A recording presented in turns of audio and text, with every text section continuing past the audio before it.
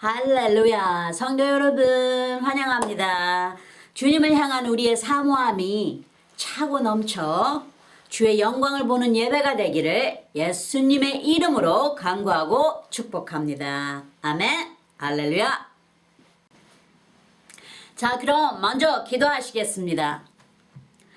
아버지 하나님 감사합니다. 독생자 예수님을 보내주셔서 그 영원하신 사랑으로 우리와 함께 천국으로 인도하는 동반자가 되어주시고 예수 권세의 이름으로 코로나 바이러스도 모든 질병도 재앙도 어떤 상황도 바꿀 수 있는 변화시킬 수 있는 성령의 권능이 모든 성도님들 위에 함께 하시며 예수님의 몸을 커튼처럼 위에서부터 아래로 찢어 언약을 맺어 우리를 영화롭게 불러주신 여호와의 영광의 성소로 불러주신 예수 그리스도의 이름으로 기도드립니다. 아멘 아멘. 오늘의 설교는 하나님의 재앙. 구약 성경에 보면 재앙이나 역병은 인간의 죄로 인해 땅에 내리는 하나님의 사용하시는 처벌 중에 하나로 보여주고 계십니다. 하나님이 쓰시는 처벌 중에는 폭우도 있고 번개도 있고 유황불을 비처럼 쏟으시기도 하시고 또는 물로 완전히 잠기게도 하시고 뿐만 아니라 불을 보내 완전히 살라버리기도 하시죠. 그런 힘든 상황 중에서 죄를 회개하고 하나님을 찾으라고 창조한 인간들에게 내리시는 형벌이라 보여줍니다. 또는 죄로 물든 곳을 다 살라 깨끗게 하시는 하나님의 방법이기도 하십니다.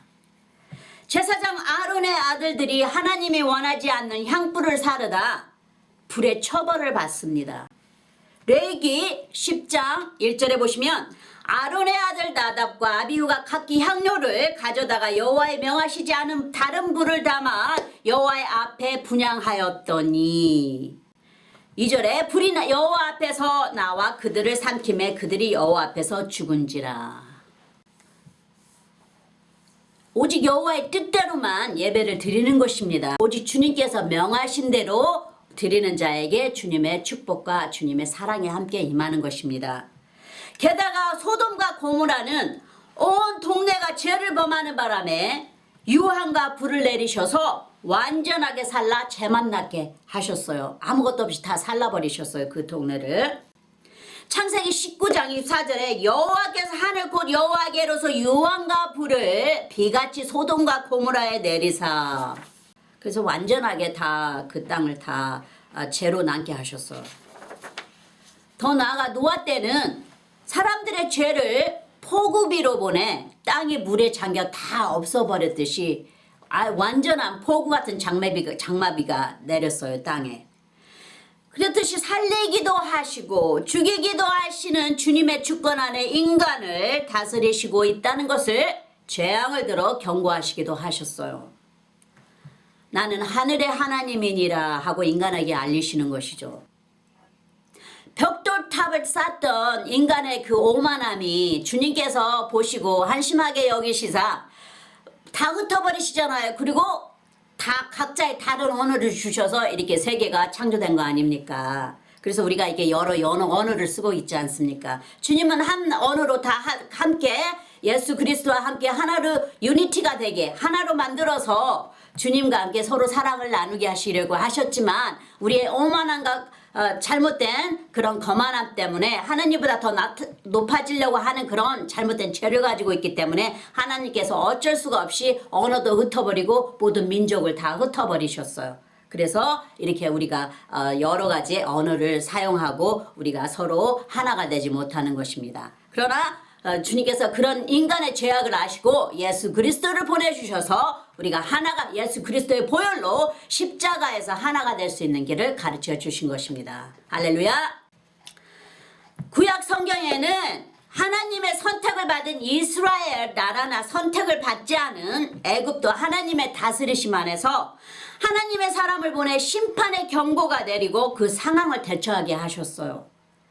땅의 만물을 붙들고 계시는 창조주이시오 모든 나라를 주님의 존엄하심으로 붙드시고 다스리시는 것을 알리시는 것이기도 하시죠. 그렇다면 왜 재앙이 임하고 그 재앙을 어떻게 대면했는지 세 사건의 재앙을 보기로 삼아 보겠습니다. 아시다시피 다윗 왕은 하나님을 칭찬을 받는 나의 마음에 합한 자라 하는 주님의 은총을 입은 자였는데 한순간 잠깐 죄에 빠져 하나님을 무시해버리고 인구를 조사하라 명령합니다. 전쟁을 하기 위해서. 하지만 주님께서 전쟁은 다 나에게 속했다 하셨어요. 그리고 다 채워주신다고 다윗 왕에게 약속하셨어요. 군사나 힘이나 재산까지도 아무것도 부족함 없이 너가 필요한 걸 더하여 채워주시리라 하고 다윗 왕에게 말씀하셨어요. 한데 다윗 왕이 하나님을 잠시 잊어버립니다. 한데 여기에 다윗 왕의 군대 요압 장군이 역시 왕의 명령, 다윗 왕의 명령대로 인구조사를 하지 않고 자기 맘대로 왕의 명령을 저버리고 레위 지파와 베냐민 지파 사람을 빼버립니다. 즉 말하자면 다윗 왕이 하나님께 기도와 간구로 의지하지 않고 하나님의 의를 벗어나 자기 맘대로 인구조사를 한 것 같이 요압 장군 역시 같은 방식으로 다윗 왕을 저버려 하나님의 진노가 임하게 됩니다. 그리고 그동안 이스라엘 인구조사도 하나님의 명령을 받아 그 숫자를 정했습니다. 그러니까 심은 대로 거두리라 주님께서 말씀하셨죠. 그래서 다윗 왕도 요압 장군의 행위로 인하여 자기 자신을 보게 되겠죠. 그래서 이스라엘 백성들은 다 하나님의 선택을 받았기 때문에 한 사람으로도 빠뜨려서는 아니 됩니다. 다윗 왕이 그 죄로 인해 하나님께서 3일 재앙을 그 땅에 내려 백성들에게 전염병인 온역이 임하고 그 대가로 7만 명이라는 많은 백성이 죽습니다. 역대상 21장 1절에 사단이 일어나 이스라엘을 대적하고 다윗을 격동하여 이스라엘을 계수하게 하니라. 2절에 다윗이 요압과 백성의 두모되게 이르되 너희는 가서 브엘세바에서부터 단까지 이스라엘을 계수하고 돌아와서 내게 고하여 그 수요를 알게 하라. 역대상 21장 4절에 왕의 명령이 요압을 재촉한지라 드디어 떠나서 이스라엘 땅에 두루다닌 후에 예루살렘으로 돌아와서 5절에 백성의 수요를 다윗에게 고하니 이스라엘 중에 칼을 뺄 만한 자가 110만이요 유다 중에 칼을 뺄 만한 자가 47만이라. 6절에 요압이 왕의 명령을 믿게 여겨 레위와 베냐민 사람은 계수하지 아니하였더라. 이 숫자는 주님께서 축복하신 숫자예요. 우리에게 주신 자녀는 각 가정에 주신 자녀들은 하나님의 선물이라고 하신 거예요. 근데 하나님께 속한 것을 세우지를 않았습니다. 숫자를 세우지를 않았습니다. 반역하는 죄와 같은 그런 큰 죄입니다. 이런 것은 하나님의 속한 것을 내 마음대로 행하는 것은 그건 진정으로 주님께 매를 맞는 행위가 되는 것입니다. 그래서 여기에 재앙이 임하게 된 것입니다. 여기 사무엘 하선에는 다윗 왕이 이미 사단의 충동을 받았으므로 하나님의 진노가 이미 준비되어 치시려고 그 일을 다윗 왕이 하게 하십니다. 주님께서 막을 수도 있으셨겠죠. 하지만 이미 사단이 탔기 때문에 이미 주님을 반역했기 때문에 이 마음의 준비가 이미 다 주님을 반역했기 때문에 주님께서 이미 그 진노가 임하게 하셨어요. 그래서 그 잘못한 대가를 받게 하십니다. 왜냐하면 심은 대로 거두리라 하셨기 때문에 우리가 이미 죄악을 이미 마음에 잉태했을 때는 이미 주님께서 이제 그것을 보게 하시고 그것을 빛으로 드러내서 주님께서 이제 그것을 채찍하고 나신 다음에는 이제 주님께서 더 이상 그런 죄를 짓지 않고 또 주님 안에서 또 그런 그 경험을 걷게 하셔서 큰 자로 쓰시기 위해서 주님께서 이렇게 매를 드시는 것입니다. 사무엘하 24장 1절에 다윗 왕이 이미 마음으로 하나님의 주권을 저버리고 의지하지 않은 것에 진노가 임합니다.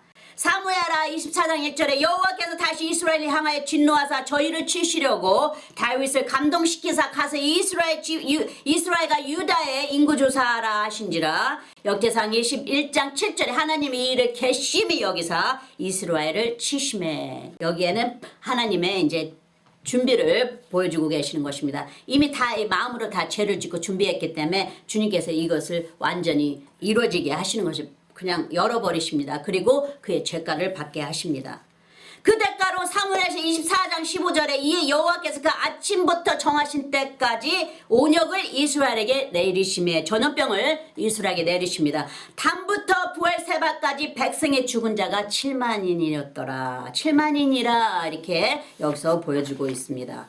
16절에 천사가 예루살렘을 향하여 그 손을 들어 멸하려 하더니 여호와께서 이 죄악 내림을 뉘우치사 백성을 멸하는 천사에게 이르시되 족하다 이제는 내 손을 거두라 하시니 때 여호와의 사자가 여부스 사람 아라우나의 타작마당 곁에 있는지라.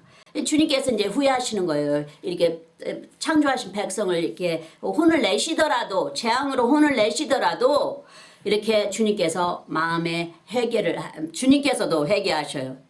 주님께서 이 재앙 내림을 뉘우치사 하시잖아요. 그러듯이 주님도 우리가 자식을 훈계할 때 부모 마음이 좋겠습니까? 아니죠. 부모도 같이 자식이 아픈 만큼 부모는 더 아픕니다.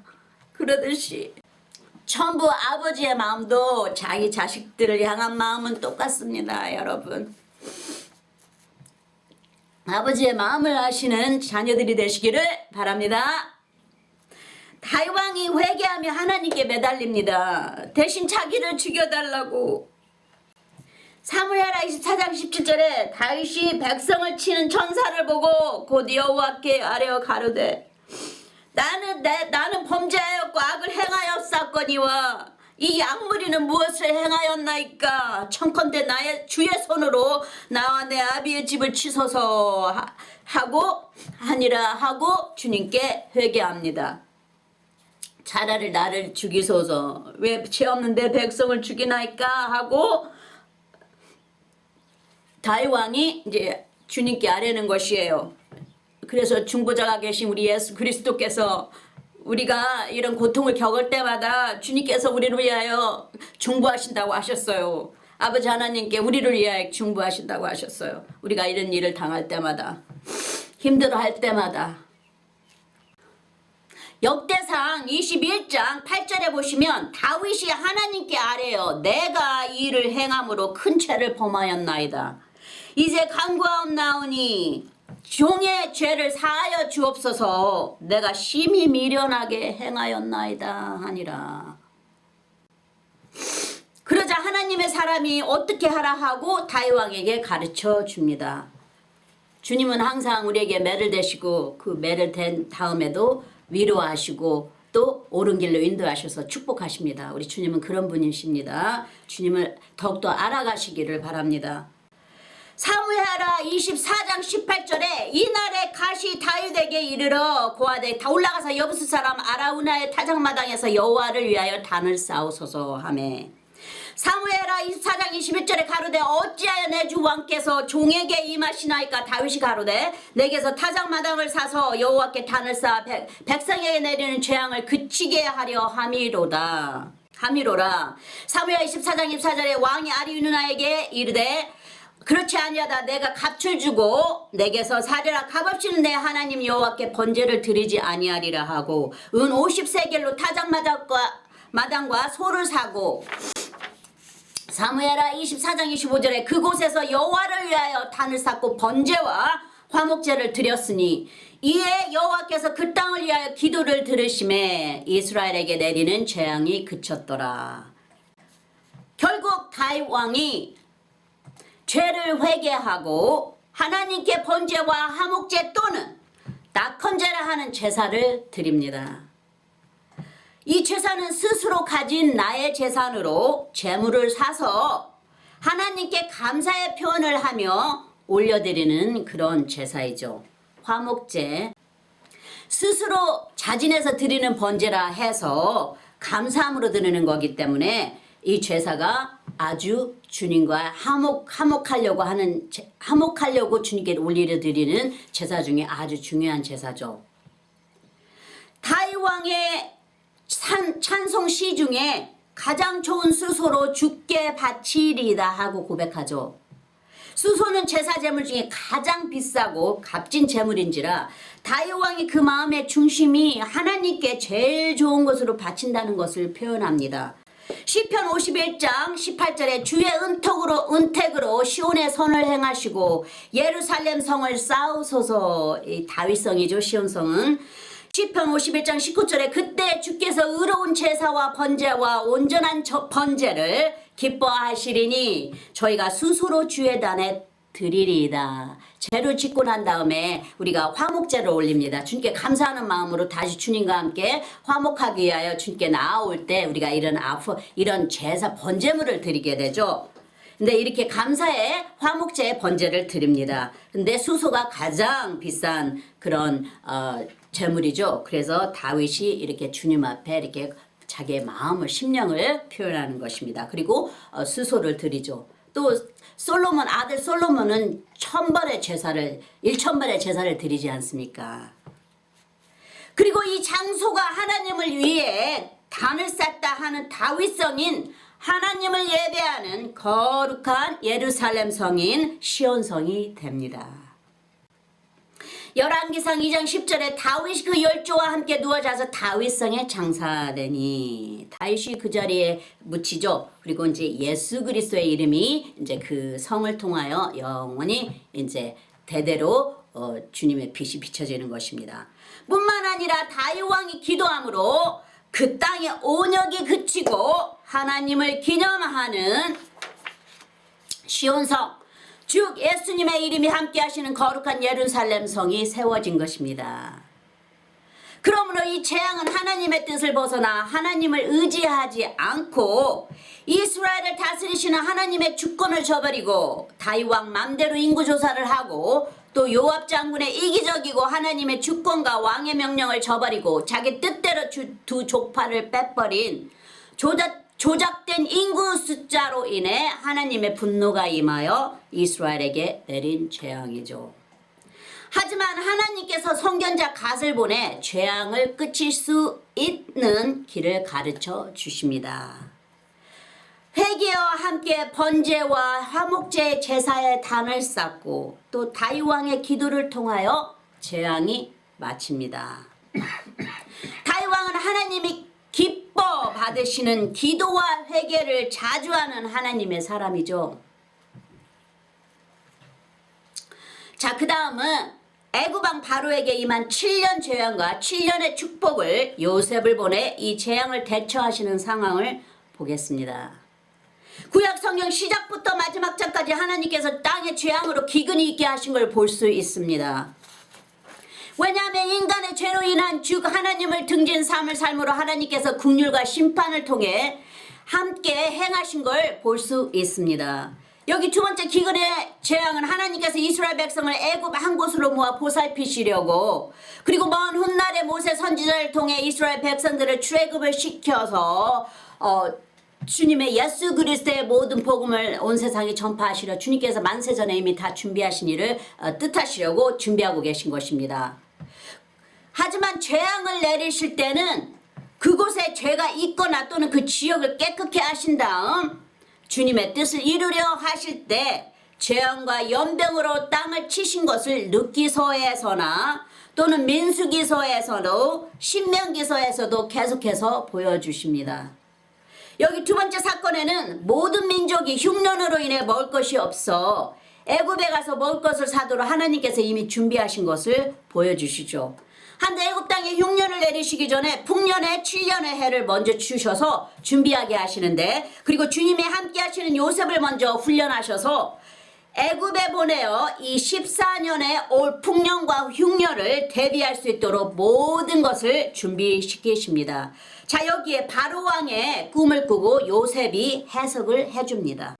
창세기 41장 25절에 요셉이 바로에게 구하되 바로의 꿈은 하나이라 하나님이 그 하실 일을 바로에게 보이심이니이다 하고 바로 왕의 꿈을 꾸었는데 이게 무슨 꿈인지를 모르니까 자기 대신들에게 물어보니까 어떤 대신이 내가 감옥에 있었을 때 이러한 일이 있었나이다 하고 요셉을 초청하죠. 그래서 바로 왕이 요셉을 불러들여 내 꿈이 이렇더라. 너는 꿈을 해석한다니 나의 꿈을 해석해 주거라 하고 지금 말하고 있는 것입니다. 26절에 일곱 좋은 암소는 일곱 해요. 일곱 좋은 이삭도 일곱 해니 그 꿈은 하나이라.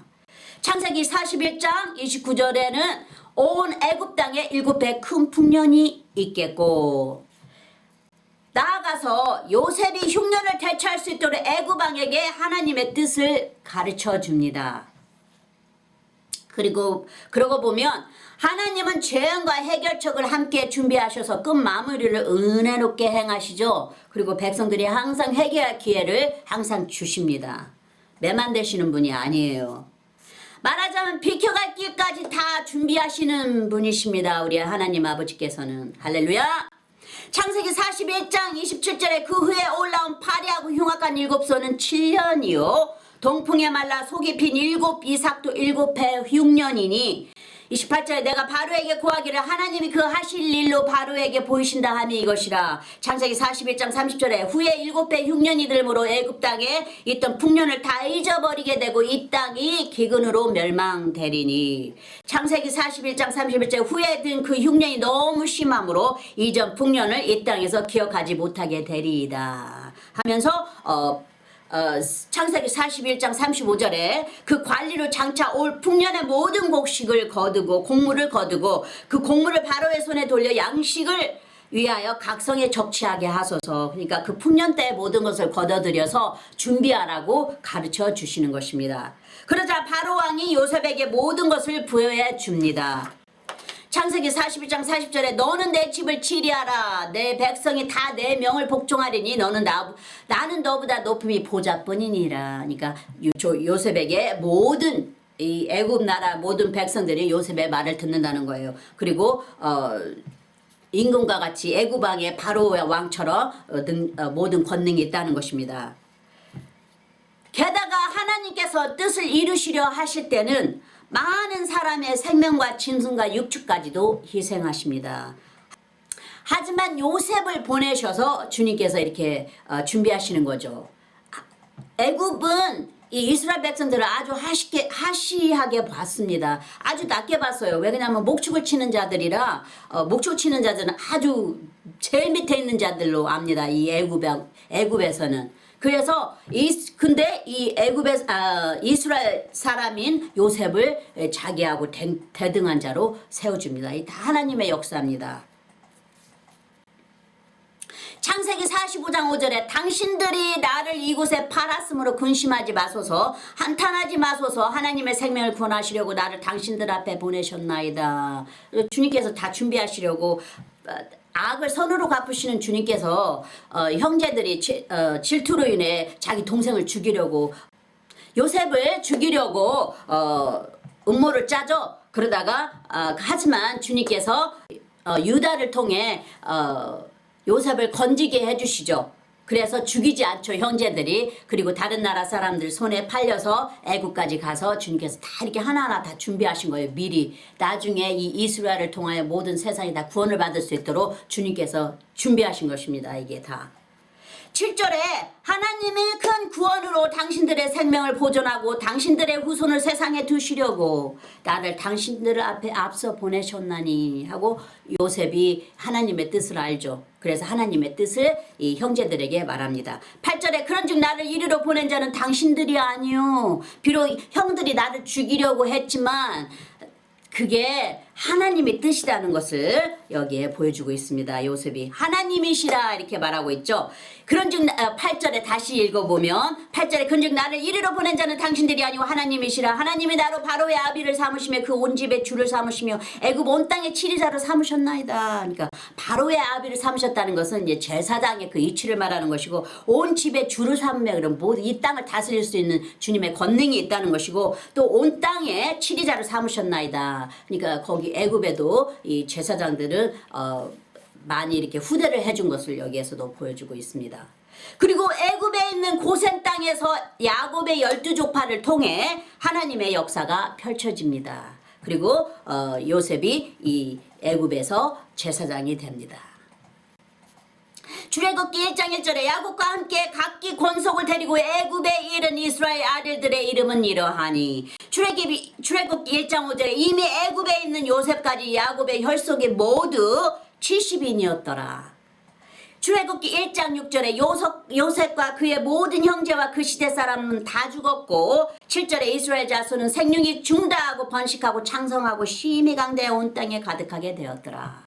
주님의 이 애굽 땅 고센 땅에 데려다가 다 양육하신 거예요. 그리고 이제 주님의 역사가 미래를 향한 역사가 펼쳐지고 있는 것입니다. 한데 여기에 주님의 이 애굽 사람들이 이 사람이 신에 감동된 자 요셉을 보고 신에 감동된 자라는 것을 단번에 알고 자기의 권세를 요셉에게 세워줍니다. 그래서 함께 왕과 같은 입장을 권위를 줍니다. 요셉에게. 할렐루야. 하나님의 함께 하시는 사람에게 이런 일이 있습니다. 여기에서의 가르침은 하나님의 뜻을 이루시기 위해 오랜 시간을 거쳐 풍년과 흉년을 함께 준비하시고 모든 나라들에게 재앙이 임하게 하신 걸 볼 수 있죠. 여기에서도 하나님의 지혜의 사람 요셉을 보내 애굽에서 제사장을 만들어 애굽 땅의 기근을 대비하게 하십니다. 그 70여 명의 야곱의 혈족이 애굽 땅에서 예배의 중심의 삶을 살게 된 것입니다. 하나님의 예배가 있는 곳에 하나님의 임재가 함께 하신다는 것을 꼭 기억하셔야 합니다. 그럼 마지막 재앙은 이집트 나라인 애굽에 모세 선지자를 통해 내린 열 재앙의 상황입니다. 이 재앙은 나중에 내릴 요한계시록의 재앙과 비슷하여 먼저 알고 계시면 유익하실 것입니다. 요셉이 죽고 하나님의 때가 차서 이스라엘을 가나안 땅으로 인도하시려고 모세 선지자를 애굽에 다시 보냅니다. 하나님의 뜻은 이스라엘을 적과 꿀이 흐르는 가나안 땅으로 인도하시는 것입니다. 한데 애굽 왕이 자기 나라의 종으로 부리는 이스라엘 백성들을 내보내지 않으려고 모세 선지자를 통하여 주신 하나님의 메시지를 거절합니다. 출애굽기 9장 13절에 여호와께서 모세에게 이르시되 아침에 일찍 일어나 바로 앞에 서서 그에게 이르기를 히브리 사람이 하나님 여호와의 말씀에 내 백성을 보내라 그들이 나를 섬길 것이니라. 출애굽기 9장 14절에 내가 이번에는 모든 재앙을 내 마음과 내 신하와 내 백성에게 내려 너로도 온 천하에 나와 같은 자가 없음을 알게 하리라. 15절에 내가 손을 펴서 온역으로 너와 내 백성을 쳤다면 내가 세상에서 끊어졌을 것이라. 16절에 내가 너를 세웠으면 나의 능력을 내게 보이고 내 이름이 온 천하에 전파되게 하려 하였음이니라. 결국 바로 왕의 완강한 불순종의 마음을 하나님께서 들어 쓰시사 그 마음을 더욱 완강케 하셔서 10재앙이 다 임하게 하십니다. 만약 느네웨 그 백성들처럼 하루 만에 말씀이 선포되다 3일이 지나가야 할 그 땅에 하루 만에 말씀이 선포되다 다 회개하고 다 엎드렸어요. 주님 앞에. 그래서 주님께서 재앙을 안 내리시죠. 그 느느웨에. 근데 여기는 하도 바로 왕이 완강하게 거절하는 바람에 이 재앙이 10번이 다 임합니다. 주님께서 준비하신 10재앙이 다 그 주님께서 이미 다 알고 계셨기 때문에 주님께서 이 10재앙을 다 내려야 할 것이라고 모세 선지자에게 말씀을 하셨어요.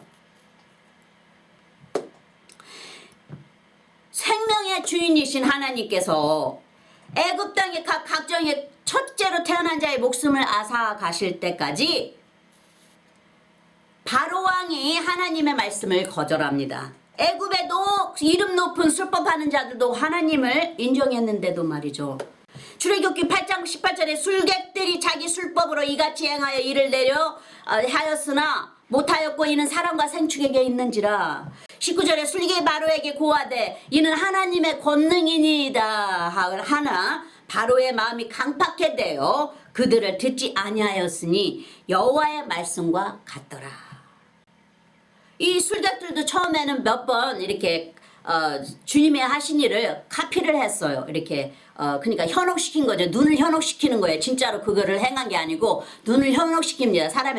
사람의 정신을 몽롱하게 하여서 눈을 현혹시키는 일을 하죠. 이 술법은. 근데 주님은 일을 행하십니다. 그대로 행하시는 주님의 권능자이시죠.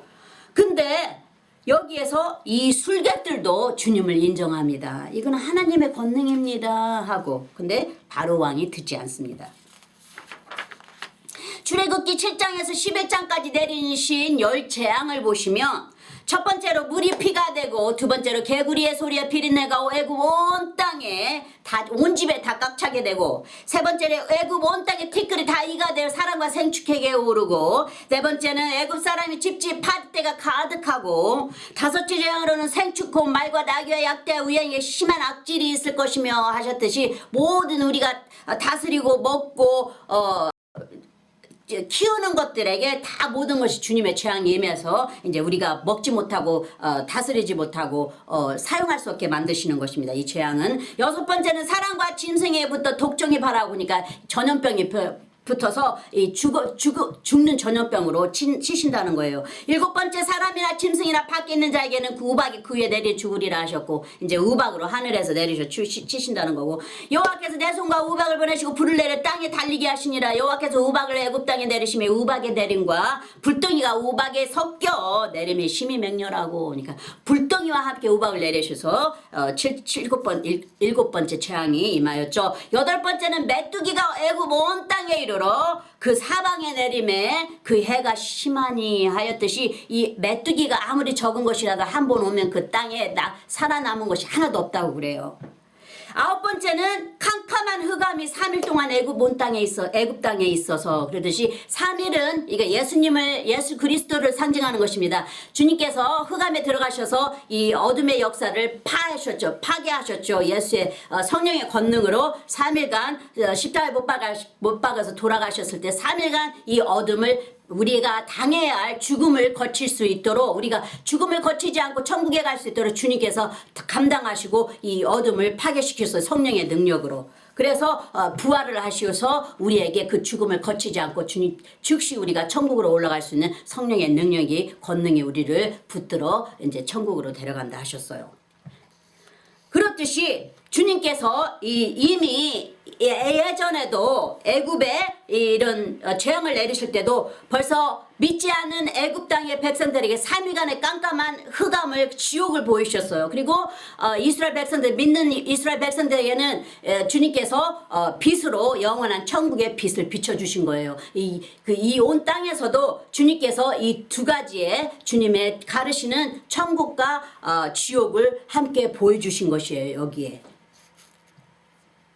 자, 열 번째 재앙은 애굽 가운데 처음 난 것은 위에 앉은 바로의 장자로부터 맷돌 뒤에 있는 여종의 장자까지와 모든 생축에 처음 난 것이 죽을지라니까, 모든 생축의 것도 처음 난 것도 다 죽이시고, 그 다음에 종들이나 뭐 왕이나 대신들 돈 있는 자 부자 가난한 자 상관없이 첫 번째 태어난 장자들은 다 죽이신 거예요. 주님께서 다 치신 것입니다. 주님께서. 그리고 이제 주님께서 이 생축까지도 완전하게 그 애굽 땅에, 그래서 각 가정에 통곡하지 않은 가정이 없을 정도로 다 하나씩 다 죽어갔다는 것을 표현하고 있습니다. 그렇지만 마지막 재앙인 하나님의 각 가정의 생명의 구원의 재앙은, 피를 문지방에 바른 이스라엘 가정들은 이 재앙이 다 비켜 지나가 하나님의 보호를 받죠. 다 이게 예수 그리스도를 상징하시는 것입니다. 나중에 예수 그리스도를, 이게 다 예수님을 상징하는 거예요. 구원을 상징하는 거예요. 지금 그러니까 피를 받은 자는 예수님께서, 그러니까 하나님께서 네 문지방에 피를 받은 자인데 그 피를 보고 이 재앙을 넘어가리라, 그 집안에 재앙을 내리지 않고 그 재앙을 넘어가리라 하셨어요. 주님께서. 그랬듯이 이 지금 세상에 주님의 예수 그리스도의 이름을 믿고 그 이름을 시인하는 자에게, 그 이름을 믿는 자들에게는 이런 지옥의 심판이 임하지 아니하고 주님의 영원한 천국에 축복이 있다는 것을 이미 예전에부터, 이 애굽에서부터 주님께서 이미 다 시도하시면서 온 세상에 알리신 것입니다. 피를 바르지 않은 자들의 가정의 장자들의 생명은 하나님의 재앙으로 다 죽습니다. 여기에서의 가르침은 모세 선지자가 바로 왕에게 하나님의 메시지를 전했을 때 이들이 순종했다면 장자들이 죽지 않았겠죠. 그리고 하나님의 재앙도 내리지 않았겠죠.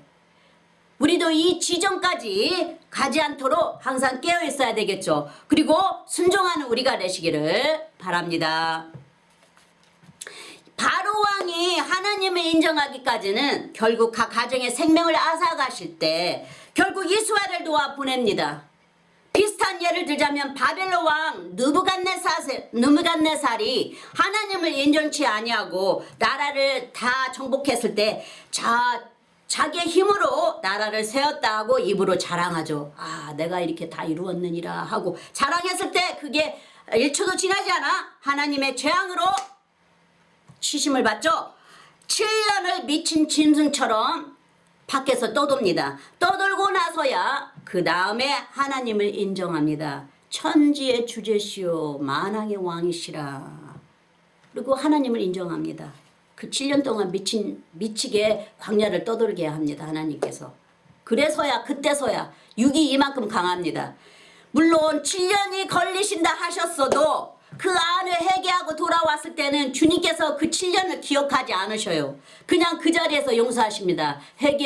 진정으로 회개를 했을 때. 근데 그것이 7년이 걸렸어요. 주님께서 미리 아시고 7년을 징계를 내리신다 하셨어요. 그랬듯이 7년이 걸려서 결국 하나님을 시인합니다. 이렇게 인간이 악하고 독합니다. 종합합니다. 첫 번째 3일간의 재앙은 다윗 왕에게 임한 3일간의 재앙은 회개와 기도를 통하여 낙헌제 치고 화목제를 올렸고 예배를 회복시켜 모든 재앙이 마칩니다. 두 번째 재앙은 하나님의 뜻이 향한 애굽 땅에서의 이스라엘의 12지파를 통한 이스라엘 하나님을 섬기는 예배 중심의 삶이 요셉과 12지파를 통해 시작되었고 끝으로 애굽 바로왕의 불순종과 열재앙이 결국 하나님의 자비의 구원의 상징인 오직 예수 그리스도의 보혈의 뿌림을 시인하는 모든 나라와 민족들에게 구원을 허락하셨습니다. 인간이 죄를 짓고 사는 동안에는 이 땅에 하나님의 재앙이 있습니다. 앞으로 다가올 하나님의 재앙은 요한계시록서의 마지막 7재앙이 이 땅을 향하여 준비되어 있습니다. 그러기 전에 한 영혼이라도 구원을 해야 되겠죠. 우리들은 믿는 자들은. 요한계시록에 나오는 예언의 말씀에는 15장 1절에 또 하늘에 크고 이상한 다른 이적을 보며 7 천사가 7 재앙을 가졌으니 그 마지막 재앙이라 하나님의 진노가 이것으로 마치리로다. 요한계시록 15장 8절에 하나님의 영광과 능력이 인하여 성전의 연기가 차게 되면 7 천사의 7 재앙이 마치기까지는 성전에 능히 들어갈 자가 없더라. 행하신다는 거예요. 주님께서 기어코 이 재앙을 내려 모든 땅을 다 없애시고 이제 천국에서 하나님께서 마련하신 이 시온 땅에 다윗이 세웠던 그 시온성에 영적인 시온성이 되어서 하늘에서부터 예루살렘의 거룩한 시온성에 예루살렘 성이 세워진다는 것을 요한계시록에 보여주고 계시는 것입니다. 그리고 계속 이어서 16장에 준비된 재앙을 대접에 담아 땅에 쏟습니다. 요한계시록 16 1절에 또 내가 들으니 성전에서 큰 음성이 나서 7 천사에게 말하되 너희는 가서 하나님의 진노 7 대접을 땅에 쏟으라 하더라. 그러니까 천사들의 우리의 기도가 천사들의 손에 들려 올라가 하나님 앞에 들게 되는 거죠. 하나님께서 이렇게 대접에 담아서 우리들의 기도를 재앙으로 땅에 보내서 세상을 정죄하신다 하셨어요. 심판하신다 하셨어요. 우리의 기도가 이런 능력의 기도가 되는 것입니다. 하나님께서 쓰시는 기도, 이 세상의 어둠의 악을 심판하시는 정의로운 심판에 쓰시는 그런 무기가 되는 것입니다. 우리의 기도가, 우리 믿는 자들의 기도가. 할렐루야. 요한계시록 12장 2절에 첫째가 가서 그 대접을 땅에 쏟으며 악하고 독한 헌대가 짐승의 표를 받는 사람들과 우상에 경배하는 자들에게 나더라. 요한계시록의 10장 3절에 둘째가 그 대접을 바다에 쏟으며 바다가 곧 죽은 자의 피같이 되니 바다 가운데 모든 생물이 죽더라. 요한계시록 4장에 16장 4절에 셋째가 그 대접을 강과 붉은 은에 쏟으며 피가 되더라. 다 이미 애굽에 예전에 이미 다 창세기 때 다 이미 행하신 일이십니다. 근데도 이게 계속 나중에 마지막 때, 이 세상의 마지막 때 시기에 주님께서 똑같은 재앙으로 이 세상을 심판하신다는 것을 보여주고 계시는 것입니다. 16장 4절에 셋째가 그 대접을 강과 붉은 에 쏟은 피가 되더라. 8절에 넷째가 그 대접을 해 쏟음에 해가 권세를 받아 불로 사람들을 태우니 결국 이 불이 이 세상에 임하는 것은 막을 수가 없죠. 하나님께서 가지고 계시는 임재 중에 하나가 불이죠. 사용하시는 주님의 권능 중에 하나가 불입니다. 요한계시록 요한계시록 16장 10절에 또 다섯째가 그 대접을 짐승의 보좌에 쏟으니 그 나라가 곧 어두워지며 사람들이 아파서 자기 혀를 깨물고, 그런데도 하나님한테 돌아가지 않는다고 했어요. 이렇게 사람들이 악하다 했어요, 주님이. 그리고 12절에 또 여섯째가 그 대접을 큰 강 유브라데에 쏟음에 강물이 말라서 동방에서 오는 왕들이 길이 예비되더라. 그리고 전쟁이 준비된다 하셨어요. 그리고 이 세상이 전쟁이 인해서 서로 죽이고 싸운다고 하셨습니다. 요한계시록 16장 14절에 저희는 귀신의 영이라 이적을 행하여 온 천하 임금들에게 가서 하나님 곧 전능하신 이의 큰 날의 전쟁을 위하여 그들을 모으더라. 요한계시록 16장 17절에 일곱째가 그 대접을 공기 가운데 쏟음에 큰 음성이 성전의 보좌로부터, 성전에 계시는 주님의 보좌로부터 나서 가로되 되었다 하니. 요한계시록 16장 18절에 번개와 음성들과 내성이 있고 또 지진이 있어 어찌 큰지 사람이 땅에 있어 오므로 이같이 큰 지진이 없었더라. 지진이나 또 먹는 물이 피처럼 변하고 또 모든 독한 것에 우리가 전염병에 죽고 또 이렇게 주님의 우박에 죽는 거, 이런 것들이 전부 다 주님께서 이 세상을 정죄하는 것 중에 하나인데, 심판하는 것 중에 하나입니다. 근데 예전이나 지금이나 영원히 같으신 주님께서 같은 방법으로 세상을 심판하시는 것입니다. 요한계시록 16장 19절에 큰 성이 세 갈래로 갈라지고 만국의 성도도 무너지니 큰 성 바벨론이 하나님 앞에 기억하신 바 되어 그의 맹렬한 진노의 포도주잔을 받으매.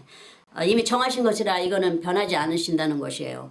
요한계시록 16장 20절에 각 섬도 없어지고 산악도 간데 없더라. 이 세상은 다 풀어진다 하셨어요. 첫 번째 하늘도 두 번째 하늘도 다 이미 불로 풀어진다 하셨어요. 재앙으로.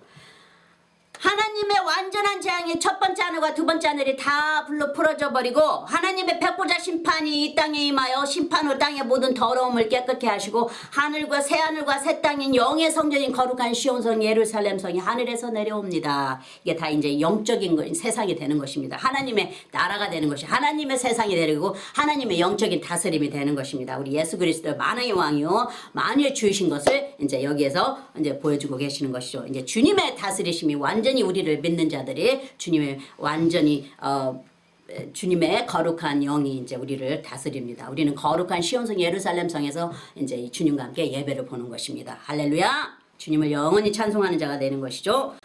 요한계시록 21장 1절에 또 내가 새 하늘과 새 땅을 보니 처음 하늘과 처음 땅이 없어졌고 바다도 다시 있지 않더라. 2절에 또 내가 보매 거룩한 성 새 예루살렘 성이 하나님께로부터 하늘에서 내려오니 그 예비한 것이 신부가 남편을 위하여 단장한 것 같더라. 우리는 다 예수 그리스도의 신부라고 그러시죠. 그래 여기에서도 우리가 예배를 봅니다. 주님을 찬양하며 주님의 빛 앞에서 항상 우리가 예배를 봅니다. 그래서 우리 예수 그리스도께서 우리의 남편이 되시고 우리가 주님의 신부가 된다는 것을 표현하고 있는 것입니다. 가장 가까운 사이라는 것을 표현하고 있어요. 아내와 남편이 가장 가깝듯이, 그러듯이 예수 그리스도와 우리 한 사람 한 사람 믿는 자들이 그만큼 가깝고 그만큼 귀하다는 것을 주님께서 이렇게 말로, 인간이 살아가는 말로 표현하신 것입니다. 성경책에는. 하나님의 진노의 재앙이 성경 말씀처럼 백성들의 회개와 자진해서 즐거이 드리는 감사의 화목제와 순종의 예배의 삶을 드리고 기도와 그리고 예수 그리스도 상징하는 보혈로 뿌려진 각 가정들은 하나님의 구원의 보호를 받아 재앙에서 벗어납니다. 앞으로 다가올 재앙에 대해 예수님께서 말씀하시기를 이날이 너무 혹독하지 않도록, 이 재앙이 춥고 메마른 겨울에 임하지 않도록, 또는 우리의 안식하는 축복의 날인 일요일에 임하지 않도록 국률하신 하나님께 기도하라, 깨어서 기도하라 하셨습니다. 성도의 기도는 하나님의 뜻을 바꿀 수 있는 믿는 자에게 주신 유일한 특권입니다. 할렐루야! 그 특권을 자주 사용하시는 자들이 되시기를 바랍니다. 할렐루야! 아멘! 기도하시겠습니다. 아버지 하나님 감사합니다. 오늘도 생명의 은혜의 말씀을 통해 우리를 옳은 길로 인도하여 주심을 감사드립니다. 즐거이 드리는 화목제의 기도와 예배와 찬송과 순종의 삶을 살도록 말씀으로 깨우쳐 주시고 예수 그리스도로 인하여 하나님 아버지의 은총을 크게 입은 성도들 되게 하여 주심을 감사드립니다. 능력의 기도로 산도 옮기고 사람도 살리고 병도 치료하고 위로와 회복을 주는 자들로 만들어 주시옵소서. 모든 이름에 뛰어나신 전능하신 우리의 영원한 찬송이신 예수 그리스도의 이름으로 간구합니다. 아멘. 아멘. 사도신경으로 고백하시겠습니다. 전능하사 천지를 만드신 하나님 아버지를 내가 믿사오며 그 외아들 우리 주 예수 그리스도를 믿사오니 이는 성령으로 잉태하사 동정녀와 마리아에게 나시고 본디오 빌라도에게 고난을 받사 십자가에 못 박혀 죽으시고 장사한 지 사흘 만에 죽은 자 가운데서 다시 살아나시며 하늘에 오르사 전능하신 하나님 우편에 앉아 계시다가 저리로서 산자와 죽은 자를 심판하러 오시리라. 성령을 믿사오며 거룩한 공예와 성도가 서로 교통하는 것과 죄를 사하여 주시는 것과 몸이 다시 사는 것과 영원히 사는 것을 믿사옵나이다. 아멘. 아멘. 자, 그럼 구원에 이르시는 신앙 고백에 초대합니다. 자, 그럼 마음을 여시고 믿음으로 주 예수 그리스도를 개인적인 구세주로 받아들이신다고 입으로 시인하십시오. 주 예수님, 나는 죄인임을 주님 앞에 고백합니다. 나의 모든 죄를 용서해 주십시오. 내 죄를 위하여 십자가에 못 박히사 피를 흘리시고 돌아가신 후 3일 만에 살아나신 부활의 주님을 믿습니다. 나에게 영원한 영생을 주신 하나님의 아들이신 나의 구세주여, 내 마음에 들어와 영원히 주님과 함께 살게 하옵소서. 주님의 성령을 통해 나를 성화시켜 주시고 아버지 하나님께 인도하여 주심을 감사합니다. 나는 삼위일체 하나님이신 아들 예수님과 아버지 하나님과 그리고 영원하신 성령님을 믿습니다. 할렐루야. 지금 이 말을 고백하셨다면 성도님은 영원하신 하나님 예수 그리스도의 새로운 피조물입니다. 예전 것은 지나가고 예수님이 거하시고 함께 하시는 새 사람이 되었습니다. 환영합니다. 이제부터는 예수 그리스도를 통해 성도님은 하나님의 아들과 딸입니다. 축복합니다. 어린 양이 생명책에 기록되심을 기뻐하세요. 그리고 주님을 기뻐하며 주님과 함께 동행하시기를 바랍니다.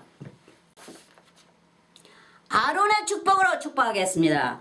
여호와는 내게 복을 주시고 너를 지키시기를 원하며 여호와는 그 얼굴로 내게 비추사 은혜 베푸시기를 원하며 여호와는 그 얼굴을 내게로 향하여 드사 평강 주시기를 원하노라. 그럼 마지막으로 축도하겠습니다. 이제는 우리 주 예수 그리스도의 그 크신 은혜와 아버지 하나님의 영원하신 사랑과 성령님의 매일 교통하심이 모든 성도님들 삶 속에 항상 함께 하실지니이다. 아멘. 아멘. 감사합니다. 예수님 감사합니다. 아버지 감사합니다. 성령님 사랑합니다.